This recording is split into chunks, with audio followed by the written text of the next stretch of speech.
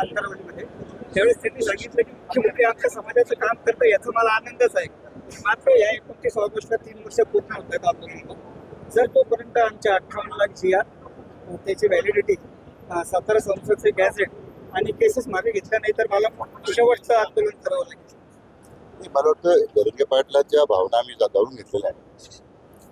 कधी नव्हे सरकारनं माननीय मुख्यमंत्री देवेंद्र फडणवीस साहेबांच्या नेतृत्वाखाली बऱ्यापैकी आता शासन निर्णय काढून मार्गी लागल्याविषयी आहे. आता काही बाबतीमध्ये निर्णय जर झाला असला तर त्याची कायदेशीर जी वैधता आहे ती तपासून पुढे कारवाई करावी लागेल. 58 लाखाचा डाटा त्यांना पाहिजे होता तो आम्ही उपलब्ध करून दिला. आता मी विभागीय आयुक्त संभाजीनगरला सूचना दिल्या ते पेन ड्रायव्हर 58 लाख काही संभाजीनगर डाटा नाही, तो संपूर्ण राज्याच्या स्थायी महसूल विभागाचा डाटा आहे. तर मला वाटतं जी काही कार्य मी आपण करतोय त्यात मला वाटतं जरांगे पाटलांचं समाधान आहे. त्यांनी अपेक्षा व्यक्त करणं झाले, निर्णय अंमलबजावणी झाली पाहिजे त्याची अपेक्षा व्यक्त करणं काही चुकीचं नाही. पण निश्चितपणे आम्ही त्यांनी दिलेल्या सूचना आम्ही नेहमीच आदर करत आलेलो आहे.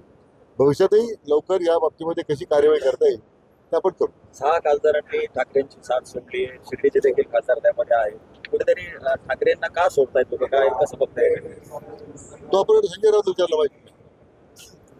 संजय राऊत म्हणतायत की ईडी सीबीआय माझ्याकडे द्या, अर्ध्या तासात मी भाजपचे तुकडे 7 तुकडे करेल. भाजपचे जर माझ्या ताब्यात गेली सीबीआय की हे जे वायफळ बरळण्याचं काम चालू आहे त्यांनी त्यांच्या पक्षाचं वाटोळ झालं,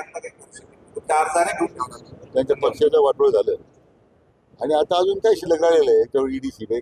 ईडीला सीबीआयला वेळ आहे का अशा लोकांच्या मागे जाण्यामध्ये? ज्यांच्या तोंडात बळ आहे तर ती एवढी वायफळ बडबड करण्यापेक्षा पक्ष एक संघ ठेवण्यामध्ये जर त्यांनी वेळ दिला असता तो मदत दिली असती. भाऊसाहेब वाटसरे आता तुमच्या महायुतीत येत आहेत, काय त्यांना इशारा दिलाय उभाटाने की रस्त्यावर फिरू देणार नाही, तुम्ही पालकमंत्री आहात. असं आहे की कुठे काही इशारा देऊन काय अर्थ नाही त्याला. भाऊसाहेब वागचौरे महायुतीमध्ये आलेले आहे, शिंदे सेनेवर आलेले आहे, ते आमच्या महायुतीचे घटक आहे. त्यामुळं त्यांच्या बाबतीमध्ये कोणी असे जर काही प्रयोग करण्याचे प्रयत्न केले त्याचे परिणाम भोगायला तयार राहा.